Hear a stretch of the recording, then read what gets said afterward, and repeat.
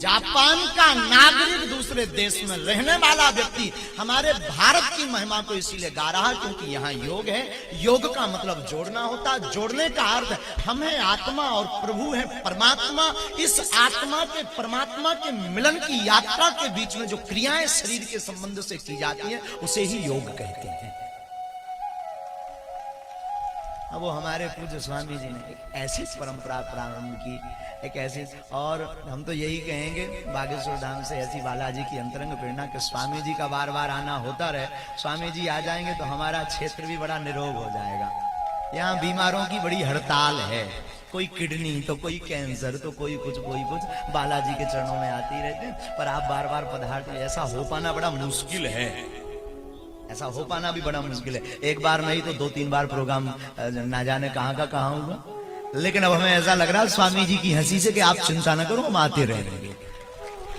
अब महाराज जी ना भी कहें तो हमने कह दिया, अब बाद में खबर नहीं वो हाँ भी कहेंगे कि नहीं कहेंगे, खबर नहीं। लेकिन हमें याद है यहाँ पर जब मंच लगा था जगत गुरु जी विराजमान थे, लगभग 1-1.5 लाख लोग, तब स्वामी जी ने एक वीडियो भेजा था। उसमें उन्होंने कहा था ये हमारे छोटे भाई जैसे हैं। तो बड़े भाई पर ज्येष्ठ भ्राता पितृ समान, शास्त्र कहते हैं जेठा भाई पिता के समान होता है और पिता की संपत्ति पर पुत्र का अधिकार होता है।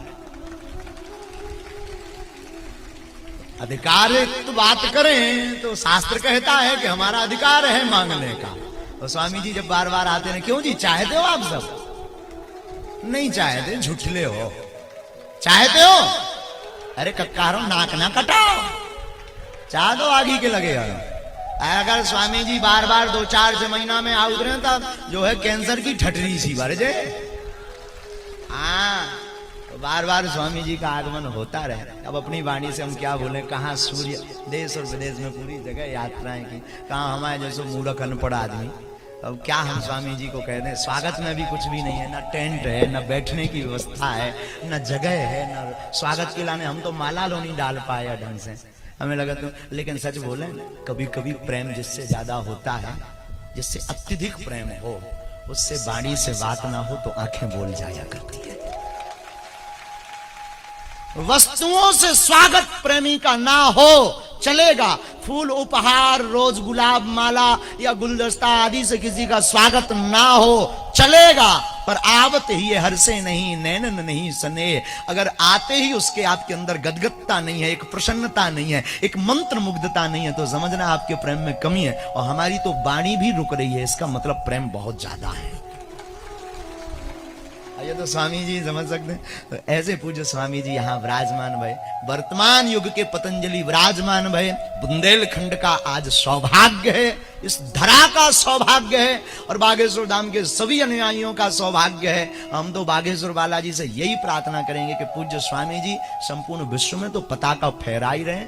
अब जो अधर्मी हैं, विधर्मी हैं, जो योग आदि को नहीं जानते, उनके भीतर भी घुस करके ध्यान की यात्रा प्रारंभ करवा दें।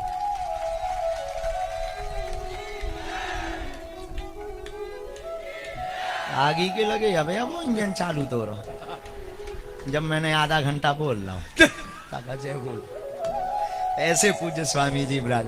अच्छा बात भी है, पता नहीं स्वामी जी हमारी पूरी बात सुन पाए होंगे कि नहीं। एक बार क्या हुआ, एक गांव में एक व्यक्ति हमें मिला, उन्होंने कहा तुम तो बड़े धार्मिक हो, बड़ी मालाएं वालाएं पहनते हो, क्या बात है? बोले गुरुजी हम 35 साल से गीता का उपदेश सुन रहे हैं। हमने कहा वाह क्या कहना, गजब हो। बोले महाराज कभी कभी गीता का उपदेश मिलता नहीं तो फोन से सुन लेते हैं। हमने कहा बहुत ऊंचे आदमी हो साहब। हमने कहा पर तू आगे को लोगों सुधरो का नहीं है, 35 साल से गीता का उपदेश सुन लो, सुधरा नहीं। धीरे से बोलता है दरअसल गीता मेरी लुगाई करना। हमने कहा तब ठीक है। वही हमें आप सबको देख करके लग रहा था कि इतना बोलने के बाद भी जयकारा नहीं लग रहा, कहीं ऐसा तो नहीं। पूज्य स्वामी जी महाराज की, बागेश्वर धाम की, अपने अपने मताई बाप की। हम स्वामी जी के चरणों में प्रणाम फिर करेंगे, दंडवत करेंगे। स्वामी जी अपनी वाणी से हम आप सबको कृतार्थ कर में। जय सिया राम, बागेश्वर धाम की वंदे। तो आज हमने महाराज जी को दूर दूर तक ही देखा था। और भाई देखो, हमने साधु संत महात्मा देश दुनिया में बहुत देखे। अब हम तो जन्मते ही बाबा जी बन गए, लेकिन भाई ऐसे भी साधु संत महात्मा गुरु आचार्य पीठाधीश्वर, ऐसे हमारे बागेश्वर सरकार जैसे स्मार्ट महात्मा भी बहुत बिरले हैं। अब ये तो अब एक बहुत पवित्र गुरु परंपरा, एक सन्यासी बाबा और जो दादा गुरु बाबा है, एक बहुत पावनी परंपरा, एकदम निखालिस तपस्वियों की परंपरा। ऐसी तपस्वियों की परंपरा में और भगवान हनुमान जी के अनुग्रह से ये महाराज बचे हुए, नहीं तो महाराज जो वाने तो एक गीता का उपदेश न थारे कई गीता गले पड़ जाते।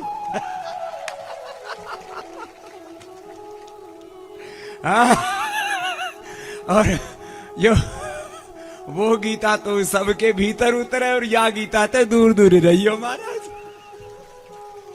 खैर ये तो हंसी मजाक की बात है, लेकिन हमारे महाराज जी बहुत पवित्र हैं, बहुत विद्वान भी हैं, बहुत धर्मात्मा भी हैं, बहुत ज्ञानी ध्यानी भी हैं और अपने धर्म और संस्कृति पर बहुत बड़े स्वाभिमानी भी हैं। हाँ, ऐसे ही होना चाहिए। अपने धर्म पर, अपनी संस्कृति पर, अपनी परंपराओं पर हमें विश्वास, गौरव, और जिसमें अपने धर्म, अपनी संस्कृति, अपनी परंपरा, अपने पूर्वजों पर, वेद पर, दर्शनों पर, उपनिषदों और पुराणों पर, निज पर गौरव नहीं है, फिर वो कैसा हिंदू, कैसा सनातनी, कैसे ऋषियों की संतान।